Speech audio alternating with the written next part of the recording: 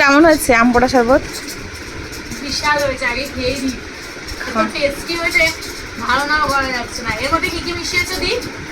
আমটাকে ভালো করে সিদ্ধ করেছি, করে তারপর ওইটাকে চটকে খোসাগুলো ফেলে দিয়ে বিট নুন, তারপর গন্ধরাজ লেবু, তারপরে মিশ্রি, তারপরে একটু চিনি, বিট নুন দিয়ে ভালো করে মিক্স করে তারপরে হচ্ছে এই ঠান্ডা জল। তোমরাও ট্রাই করো, গরমকাল তোমরাও ট্রাই করতে পারো। আম তো সব জায়গায় পাওয়া যায়, আর যে উপকরণগুলো দিদি বলেছে সেইগুলো তোমরা নিতে পারো।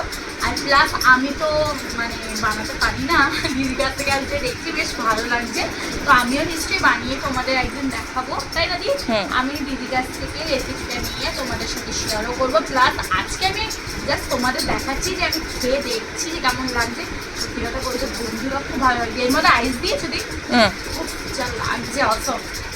আর এই যদি কেউ চায় একটু পুদিনা পাতা দিয়ে দিতে পারে তাহলে তো অসাধারণ, একটু ফ্লেভারটা চেঞ্জ হবে, ক্লান্তিটা দূর হয়ে যাবে। বিশাল ভালো লাগছে। তোমরা যারা যারা কাজ করো, মানে রোদে রোদে কাজ করো, অনেকে তো আছো, তো বাবা বা যারা কাজ থেকে আসছে, ঠিক আছে, তাদের তোমরা এইসব দিতে পারো, ঠিক আছে, তারাও খুশি হয়ে যাবে। জলের জায়গায় এগুলো দিলে, বা ওআরএস আমাদের শরীরে দরকার হবে, ওআরএস তো নিতে পারে, তাই তো?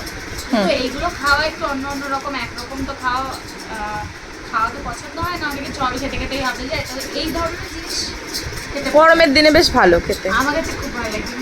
আই লাভ ইউ দি। Love you too Bunu. চল এবার এটা খেয়ে তাড়াতাড়ি বেরো। চল আমরা আজকে কোথায় কোথায় যাবো সেটা পরের ভিডিওতে দেখাবো, তার জন্য ওয়েট করো তোমরা সবাই। লাইক, কমেন্ট আর শেয়ার করে দিও। Thank you so much, bye bye, টেটা।